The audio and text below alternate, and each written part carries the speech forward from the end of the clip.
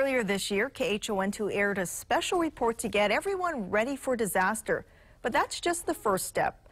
A series of events this year have prompted a closer look at what it takes to be ready for the recovery phase. Gina Mangieri is always investigating and has more on how businesses can pick up the pieces. Hawaii businesses and organizations have to prepare for disasters, just like families. But there are many more important steps companies and employees have to take to improve their odds of recovery. The months-long lava flow into communities this year on Hawaii Island threatened or buried industrial and farm operations, companies and organizations large and small.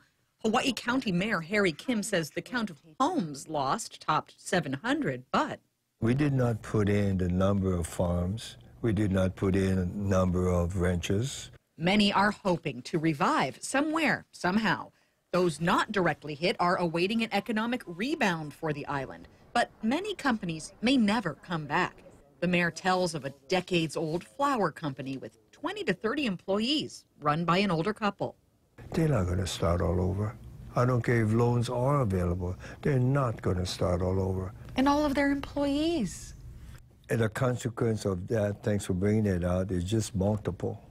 You know, when people see the numbers, one home, a nursery, they didn't do what you just did. The multiplier effect of who else is affected. Business disaster readiness and recovery is something emergency management agencies want owners and employees to think about, just as much as your own family and home safety plan. The company plan should include alternate places to work.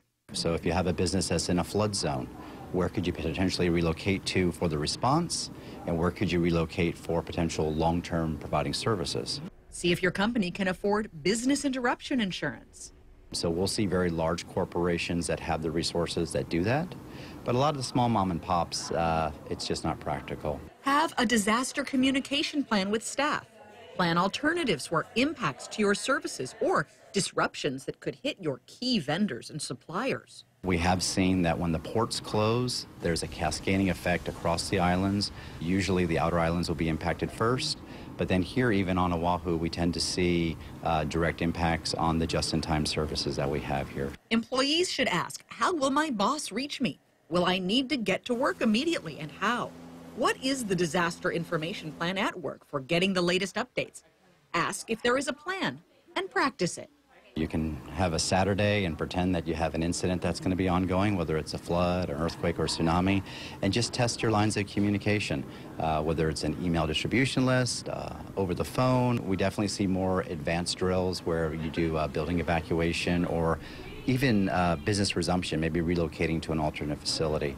Waldorf School had to do just that within days of an unexpected storm in April that caused massive flooding and damage across East Oahu. They opened at a rented satellite facility to finish the school year. They had 2 days off of us, like, what do we do? And we immediately started school 2 days later. And they just got back to business over there. And they were so thankful when we got back here in August to start their school year. Their recovery process is a reminder to any business just how long it can take to get back to normal. It goes on a long time, and you just have to be adaptable and work around whatever you have. Knowing your insurance policies, having documentation of all your assets is huge. You have to make sure you have receipts and pictures of all your items, and who thinks about doing that every time they buy something for their classroom? Businesses and organizations who have faced disasters on all islands this year say some of the heaviest impact is the emotional toll. I think still people have that PTSD thing going on where, you know, they go to look for something, they realize it was in the flood. The seniors had lost their artwork. And that was something of 4 years worth of effort that went into creating these portfolios. On our website, we have links to business disaster planning and recovery resources. And coming up this week on Always Investigating, our recovery series continues with a look at schools and shelters and also the latest lessons for individual and family recovery. Back to you.